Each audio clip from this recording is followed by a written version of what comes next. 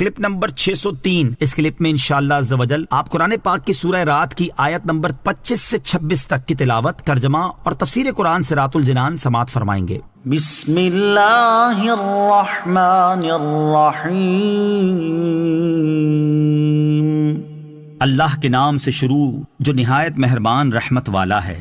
والذین ينقضون عہد اللہ من بعد میثاقہ ويقطعون ما امر اللہ به ان یوصل وَيَقْطَعُونَ مَا أَمَرَ اللَّهُ بِهِ أَن يُوصَلَ وَيُفْسِدُونَ فِي الْأَرْضِ أُولَئِكَ لَهُمُ اللَّعْنَةُ وَلَهُمْ سُوءُ الدَّارِ۔ ترجمہ، اور وہ جو اللہ کا عہد اسے پختہ کرنے کے بعد توڑ دیتے ہیں اور جسے جوڑنے کا اللہ نے حکم فرمایا ہے اسے کاٹتے ہیں اور زمین میں فساد پھیلاتے ہیں، ان کے لیے لعنت ہی ہے اور ان کے لیے برا گھر ہے۔ والذین ینقضون عہد اللہ، اور وہ جو اللہ کا عہد توڑ دیتے ہیں۔ اس سے پہلی آیات میں اللہ تعالیٰ نے سعادت مندوں کے احوال اور جو کرامتیں اور بھلائیاں ان کے لیے تیار فرمائی ہیں ان کا ذکر فرمایا۔ اس کے بعد اللہ تعالیٰ بدبختوں کے احوال اور ان کے لیے جو سزائیں تیار فرمائی ہیں ان کا ذکر فرما رہا ہے۔ اس آیت کا خلاصہ یہ ہے کہ جو لوگ اللہ تعالیٰ پر ایمان لانے کا اعتراف کر کے اور ایمان لانے کا عہد قبول کر کے اللہ تعالیٰ کے اس حکم کی مخالفت کرتے ہیں اور اللہ تعالیٰ نے جو صلہ رحمی کرنے اور رشتہ داری جوڑنے کا حکم دیا ہے اسے توڑتے ہیں، کفر اور گناہوں کا ارتکاب کر کے زمین میں فساد پھیلاتے ہیں، ان کے لیے قیامت کے دن اللہ تعالیٰ کی رحمت سے دوری ہے اور ان کے لیے برا گھر یعنی جہنم ہے۔ اللہ یبسط الرزق لمن یشاء ویقدر وفرحوا بالحیاة الدنیا وما الحیاة الدنیا فی الآخرة الا متاع۔ ترجمہ، اللہ جس کے لیے چاہتا ہے رزق وسیع کر دیتا ہے اور تنگ کر دیتا ہے، اور کافر دنیا کی زندگی پر خوش ہو گئے، حالانکہ دنیا کی زندگی آخرت کے مقابلے میں ایک حقیر سی شے ہے۔ اللہ یبسط الرزق لمن یشاء، اللہ جس کے لیے چاہتا ہے رزق وسیع کر دیتا ہے، یعنی اللہ تعالیٰ اپنے فضل سے بندوں میں سے جسے چاہے وسیع رزق دے کر غنی کر دیتا ہے اور جسے چاہے اس کے رزق میں تنگی فرما کر اسے فقیر بنا دیتا ہے۔ رزق میں برابری نہ ہونے کی حکمتیں۔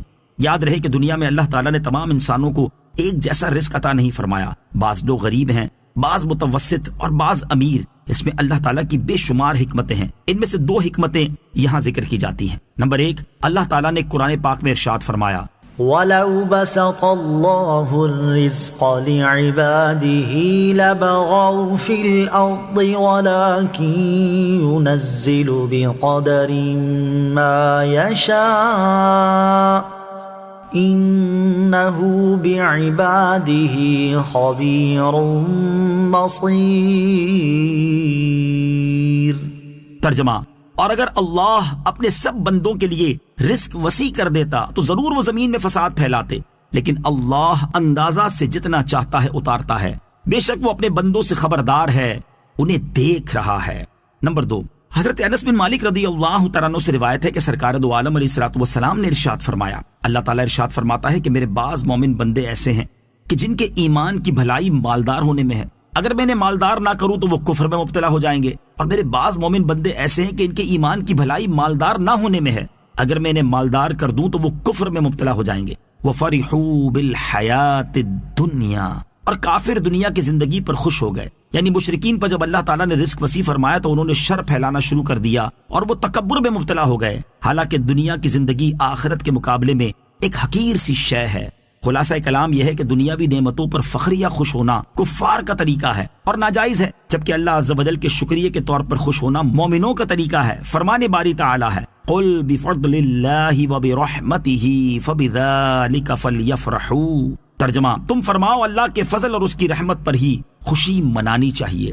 دنیاوی اور اخروی زندگی میں فرق یہاں یہ بات بھی ذہن نشین رہے کہ دنیا کی زندگی وہ ہے جو اللہ عز و جل سے غفلت میں گزرے، یہ بری ہے، اور قرآن و حدیث میں اسی کی مذمت ہے، اور جو زندگی آخرت کی تیاری میں گزرے وہ بفضلہ تعالی اخروی زندگی ہے، یہی حیات طیبہ ہے۔ امام محمد غزالی رحمۃ اللہ تعالی علیہ فرماتے ہیں، ہر وہ چیز جو آخرت کے اعمال پر مددگار ہو، جیسے ضروری غذا اور موٹے کپڑوں کا ایک جوڑا، اور ہر وہ چیز جس کا انسان کے باقی رہنے اور اس کی صحت کے لیے ہونا ضروری ہے اور اس کے ذریعے وہ علم و عمل تک پہنچتا ہے، تو یہ چیز دنیا نہیں ہے، کیونکہ یہ علم و عمل کے لیے مددگار ہے اور اس کے لیے وسیلہ ہے۔ تو انسان جب اسے علم و عمل پر مدد حاصل کرنے کے لیے اختیار کرتا ہے تو وہ دنیا کے لیے نہیں لیتا، اور نہ ہی وہ اس وجہ سے دنیا دار کہلاتا ہے۔ اور اگر ان چیزوں سے محض دنیا کا فوری فائدہ اور لذت مطلوب ہو اور تقویٰ پر مدد کا حصول مقصود نہ ہو، تو اب ان چیزوں کا حصول دنیا میں شمار ہوگا۔ مومن و کافر اور فاسق و فاجر کی زندگی میں فرق، مومن و کافر اور فاسق و فاجر پرہیزگار کی زندگیوں میں بڑا فرق ہے۔ بعض لوگ سوتے ہوئے بھی جاگتے ہیں اور بعض جاگتے ہوئے بھی سوتے ہیں،